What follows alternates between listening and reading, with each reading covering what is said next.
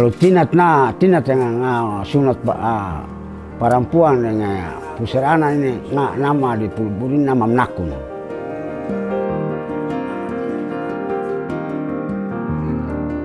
Kalau sunat ini, kalau sunat Pulburu dia pun mama dan dia pun bapak yang bisa ikut diar.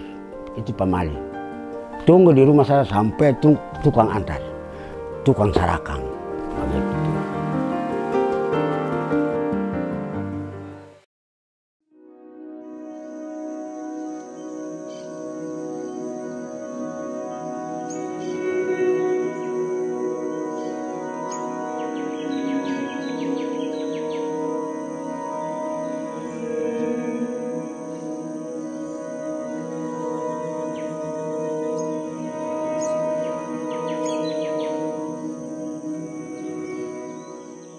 Berbicara tentang bulu, tidak lepas dari budaya masyarakat Maluku yang sudah sejak dahulu telah menggunakan bulu sebagai kebutuhan hidup, baik dalam hal-hal sederhana maupun hal-hal yang lebih sakral. Dengan bulu, masyarakat dapat menyambungkan hidupnya. Namun, saat ini pemanfaatan bulu mulai hilang seiring dengan kemajuan zaman.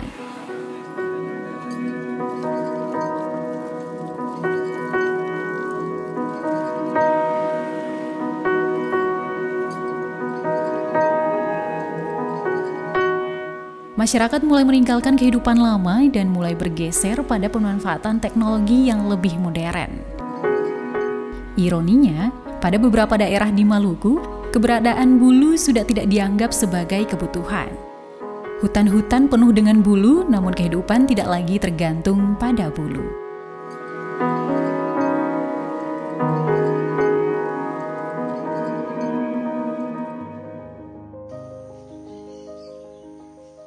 Pulau Buru merupakan salah satu pulau besar di Kepulauan Maluku. Secara umum, Pulau Buru berupa perbukitan dan pegunungan.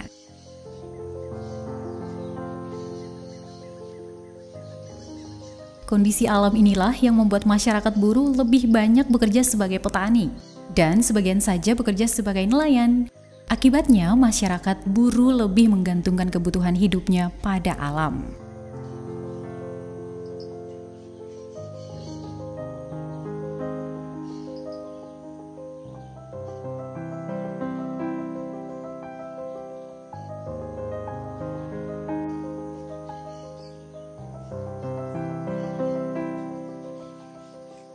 Selain sebagai daerah penghasil minyak kayu putih, kehidupan masyarakat Buru masih sangat kuat menjaga tradisi.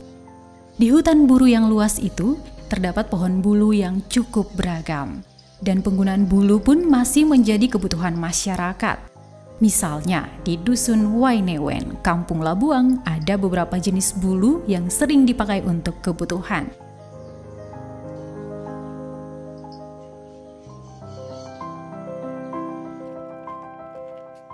Keberadaan bulu yang beragam ini tidak terlepas dari kegunaannya di dalam kehidupan masyarakat Dusun Wainewen.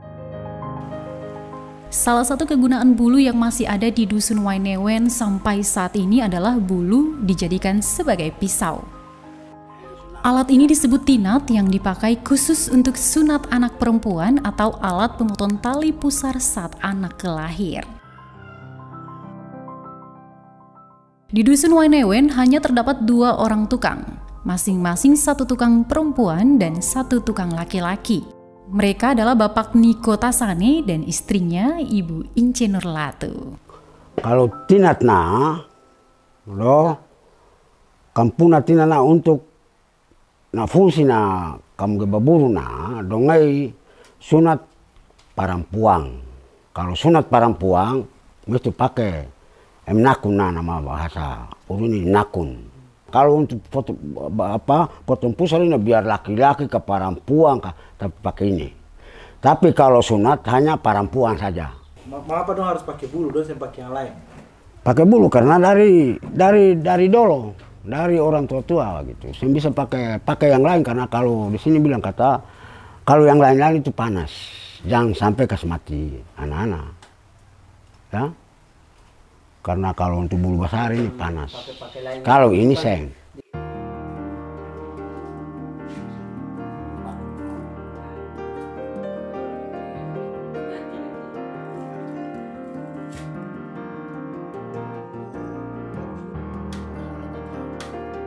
Proses pembuatan tinat sangat sederhana. Bulu dipotong, dibersihkan, dan dibikin tajam pada kedua sisi, bagian kiri dan kanan.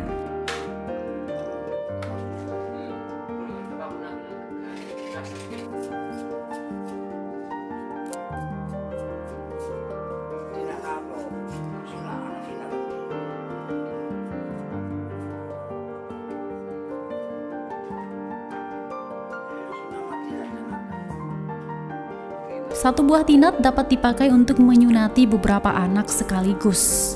Jenis bulu yang dipakai untuk membuat tinat adalah emnako. Kalau tinat yang sunat perempuan dengan pusarana ini nama di Pulburi nama menakun. Kalau ini dua tajam ini supaya persiapan. Kalau satu kurang tajam berarti balik. Oh ini kurang tajam berarti balik ini pakai ini. Begitu. Bukan ini dua-dua ini bukan ini persiapan. Oh ini kurang tajam berarti balik. Lalu selesai karena mau cepat. Berapa anak saja kalau perempuan? Biar 10 anak pakai ini saja. Satu saja. Kalau bukan 10 anak 10 tinat bukan. 10 anak satu tinat saja. Tapi kalau anak ini kurang tajam berarti nanti dong bikin runsing ulang. Kalau bahasa bilang kata dasa. Tapi pakai yang tua supaya bisa yang tajam itu bisa begitu. Sunat merupakan budaya masyarakat Buru yang sudah ada dari dulu dan masih dipraktekkan hingga saat ini. Sunat adalah wasiat yang harus dilakukan. Setiap anak, baik laki-laki maupun perempuan, wajib disunat. Sunat bisa dilakukan pada setiap anak yang telah mendapatkan persetujuan dari tukang. Istilah tukang adalah orang yang bertugas untuk menyunati anak. Tidak semua orang bisa jadi tukang, hanya orang-orang tertentu saja. Jika yang disunat adalah anak perempuan, maka yang bertugas adalah tukang perempuan. Sebaliknya, jika yang disunat adalah anak laki-laki, maka yang bertugas adalah tukang laki-laki. Kalau sunat perempuan, tukang perempuan. Kalau sunat laki-laki, tukang. Kayak macam beta pemain tua. Kalau perempuan, lo ngambil beta pemain tua. Kalau laki-laki, ambil beta. Kalau ketong orang Buru, atau orang nama adat Buru ini, mesti sunat. Biar anak bodoh karena apa, sunat. Karena sudah dari teratur dari mangkali dari ketompunan tete nenek moyang kata kalau susunan generasi kan beta yang kurang tahu, tapi hanya ketong ini simpang wasiat ketompun bapa, pemama, barang ini bikin begini begitu saja. Tapi dari dulu bukan sekarang gitu. Terserah kalau orang tua kata berapa abad, berapa generasi ketong saya tahu sampai di situ.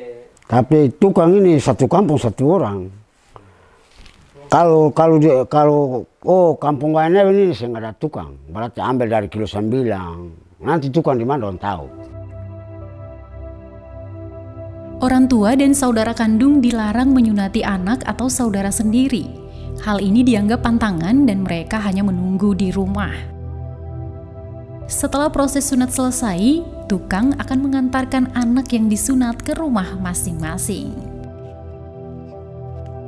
Berbeda dengan proses sunat, proses potong tali pusar tidak dilakukan secara adat. Jika ada anak yang lahir, tukang hanya bertugas memotong tali pusar dengan tinat. Kalau perempuan di air, mandi di air. Habis itu tukang ambil ini, tukang ambil bulu, kalau lebar ini, bikin tinat, baru sampai ada dingin anak-anak kecil itu ada dingin, baru di sini pun bahasa di sini bilang kata tukang iko untuk angka dari air langsung kasih duduk, baru bikin sunat. Gitu. Kasih duduk, selesai sunat, kasih kembali. Kalau dekat air begini, kasih baganti dulu. Tapi kumpul api dulu. domba. Sampai panas, lah bisa berjalan itu. Baru kas kembali pakai tifar. Sampai di rumah sarakang para dia pun mama, dia pun bapa.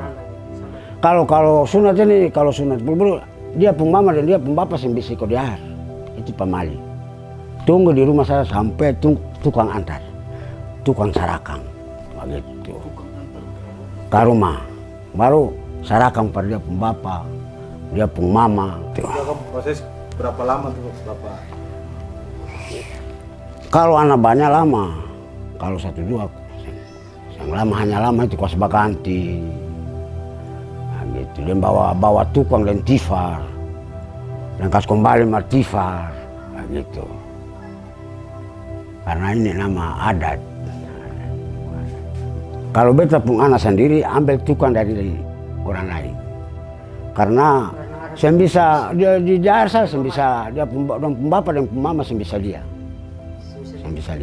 Tunggu di rumah saya sampai kas kembali, sampai sarakan baru bisa. Nah, gitu. Nah, di hari itu yang makan pertama tukang yang kas makan. Dia pemama dia yang pertama-tama pulang sarakan habis baru tukang ini kas makan. Dia pemama, dia pembapak saya bisa kas makan. Nah, gitu. Tukang itu kas makan karena tukang ini pun kerja.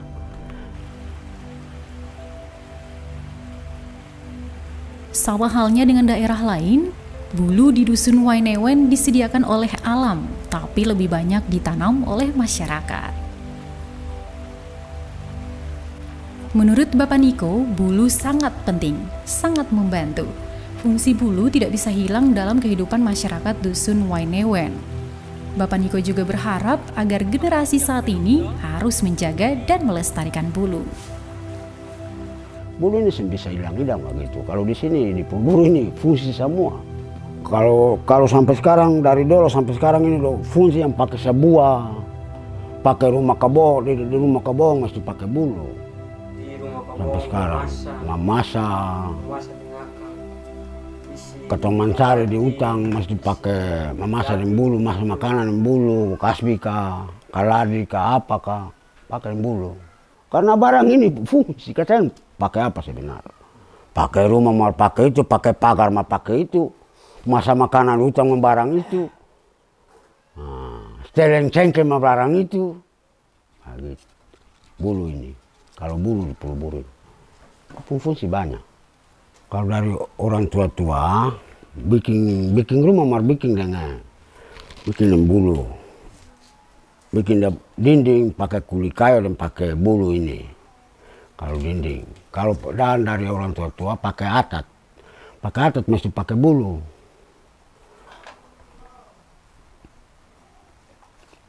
Kalau sekarang ini Bapak, kalau yang sekarang ini pemerintah bisa kasih rumah kat ini bisa pakai seng, pakai papan kaseng. Kalau dari dulu kalau tempung orang tua sampai pakai bulu saja. Pakai bulu dan pakai rumah ini, pakai dinding rumah ini bulu dan kulit kayu katong. Kalau yang Bapak tahu jenis bulu apa saja yang ada di sini, Bapak? Kalau di sini berapa fasal, tapi hanya satu pun nama.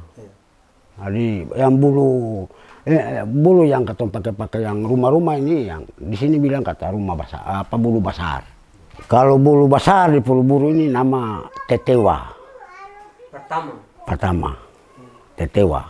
Itu yang besar sudah itu.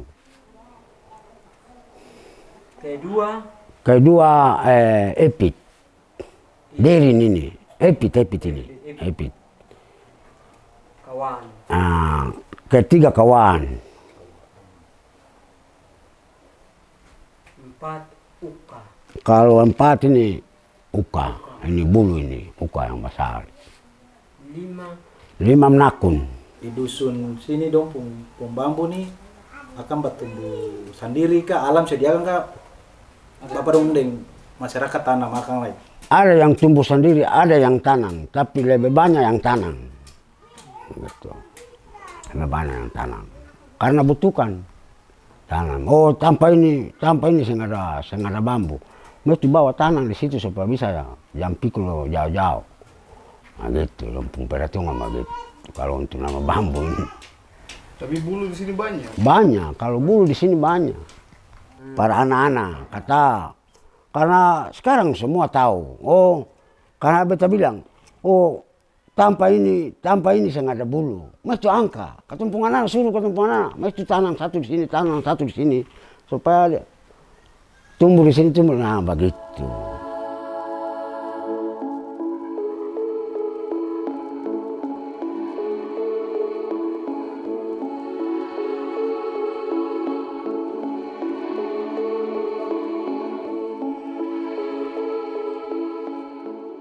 Selain digunakan sebagai pisau, bulu juga digunakan sebagai bahan dasar beberapa alat rumah tangga seperti fodo dan sisat.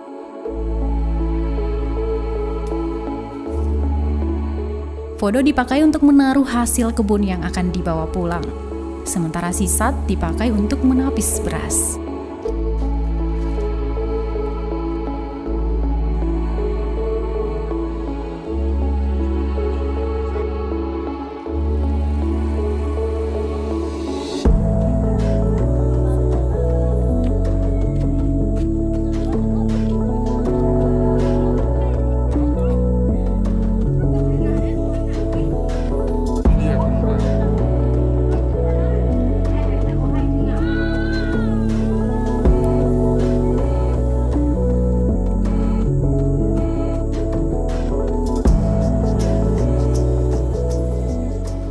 Masyarakat di Dusun Fatsinan masih tetap menggunakan fodo dan sisat dalam aktivitas setiap harinya. Satu buah fodo dapat dikerjakan selama 1 hari. Cara membuatnya yaitu dengan cara dianyam. Semua orang dapat membuat fodo dan sisat karena proses pembuatannya yang mudah dan masyarakat sudah terbiasa. Kalau itu kan bahasa Buru toh sisat. Kalau bahasa Indonesia itu tapis-tapis dari bulu. Bulu tapi bukan bulu sero bukan. Tapi bulu loleba. Orang Buru bilang kan bulu apa? Amnakun. Naku. Amnakun. Ini juga amnakun, tapi dia pun tulang itu rotang. Namanya? Kalau tulang ini dia pun nama bahasa itu uwa. Bisa dipakai para apa? Isi kasbi kalau bahasa Bulu itu mengkau. Eko hawa, kali mengkau pebe mana kali. Artinya apa itu? Pilih kabong, gale kasbi, isi di fodo. Pulang. Sekarang kadang turun ke kampung, parang pundong apa baku ini yang fodo, dong bilang, usah pakai karung atau usah pakai loyang. Malu itu fodo. Padahal dunia dulu itu bukan dia pakai loyang atau dia pakai karung. Mau pakai karung mana karung? Mau pakai loyang mana loyang? Yang ada. Pakai ini. Pokoknya di mana populer pakai ini. Kalau bahan dasarnya bambu itu banyak kasih di sini. Oh, di sini pusat. Di sebelah itu. Menurut kakak, bulu bambu ini penting kasih perkatong. Ya, menurut orang tua itu, penting kah, dia sentau sampai situ. Karena dolo itu, saya ada panci, saya ada balangang, toh. Jadi memasak, makan kah, minum kah, piring kah, tapi itu buat dari bambu. Itu mau minum air manta ini saja, toh potong loleba itu, lalu timba air minum. Oh, yang pakai hari-hari buat barang itu kan menjadi atap, itu kan mesti bambu dulu toh. Kalau saya mau ambil daun atap itu, mau jadi atap itu bagaimana? Harus pakai bambu. Mesti jaga bambu kalau siapa yang mau tanam bambu ya harus jagalah. Karena penting mau bikin sebuah atau mau bikin apapun, mau bikin rumah kebun harus bambu loleba. Bambu itu untuk menjadi atap, loleba itu untuk menjadi atap. Kalau tabang bambu, tabang loleba habis. Nah, bambu. Pokoknya segala macam itu bambu saja. Kalau nggak ada bambu mau pakai kayu, sampai potong sampai barang satu trek juga tak cukup.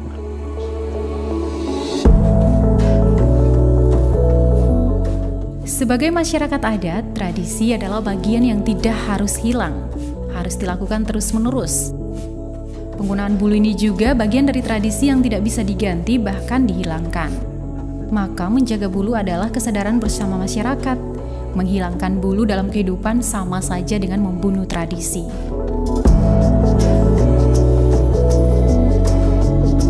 Kalau saya biasa mabok satu pinang sebelah itu mabok satu tampayan.